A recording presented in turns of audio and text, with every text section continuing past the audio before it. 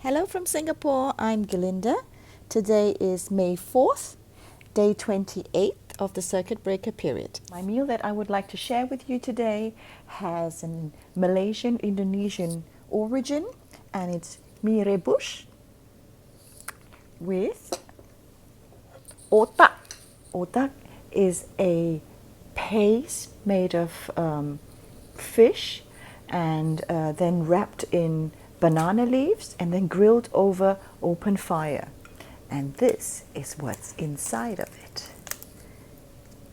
There you go. Oh, this is otak. There you go. Oh, it's very delicious.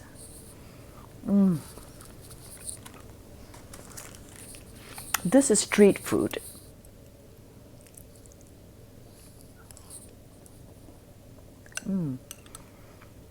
Tastes delicious.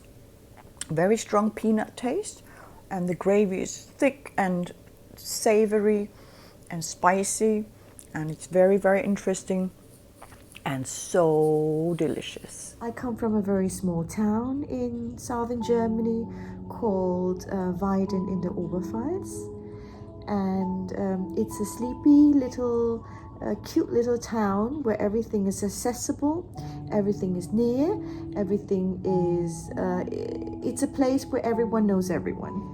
And recently I have been a bit more active on social media, especially active in groups that are related to Weiden.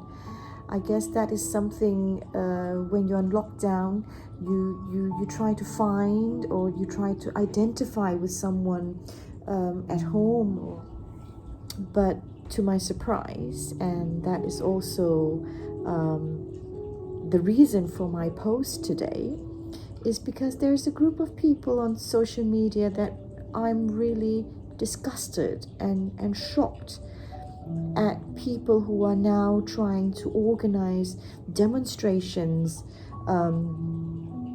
to fight for their rights for freedom and non-compliance to wear a face mask, and pointing fingers at the government for stripping their rights.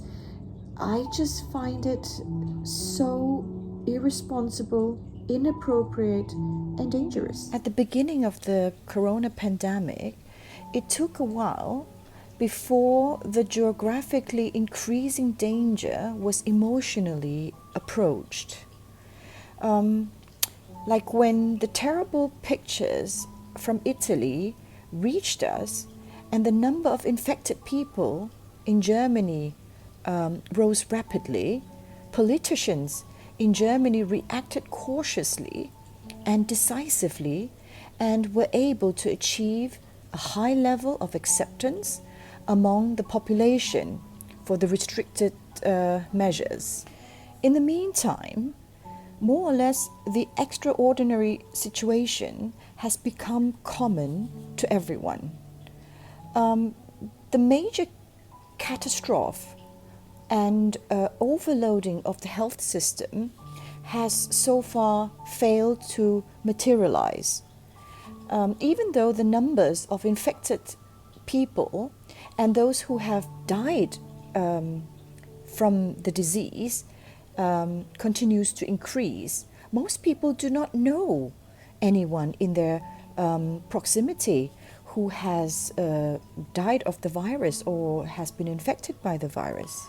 And the fact that smaller shops and schools and daycare centers are slowly opening up now makes some people understand or gives them a signal that coronavirus isn't that dangerous after all. At the beginning of the restrictions in Germany, it was reported that around 52% of the nation accepted the curfews. But by the end of April, it has dropped to 16%. And many have no insight into the need for the restrictions on freedom, but only perceive all these measures as externally imposed, does it follow that the level of fear, however, should be kept high so that people abide to the ban on contact? Fear is a complex emotional event. The fear effect is only properly activated if there is a danger in the immediate time or space. On the other hand, dangers that are only threatened in the future may not trigger a strong feeling of fear. Even if one's death is hardly frightening because it is uncertain when that may occur, and we all like to think that it is something in a distant future. It is similar with an exam, for example, that is due in a year. Only when it slowly approaches and threatens to run out of time, which is needed for a good preparation, does that level of fear slowly increase. In a way, we have to try to intentionally increase our fear in order to motivate ourselves to start learning in time. The philosopher Günther Anders has made a recommendation with regards related to the existential threat of by the atomic bomb. The aim was to draw out the unwilling imagination and lazy feeling in order to overcome our inability to fear for today. Another difficulty arises from the complex structure of the virus threat. There is an individual and a collective level. Many find it difficult that it is important that we always have to take both levels into account in our behavior. And there are those who only feel responsible for their own health, and who has also insisted on their freedom and decide completely autonomously about which health risks they are willing to accept. This group of people denies the effects that their behavior can have it on the collective. Conversely, people who only worries about common good can underestimate the risks to their own health and expose themselves to careless risks of infection.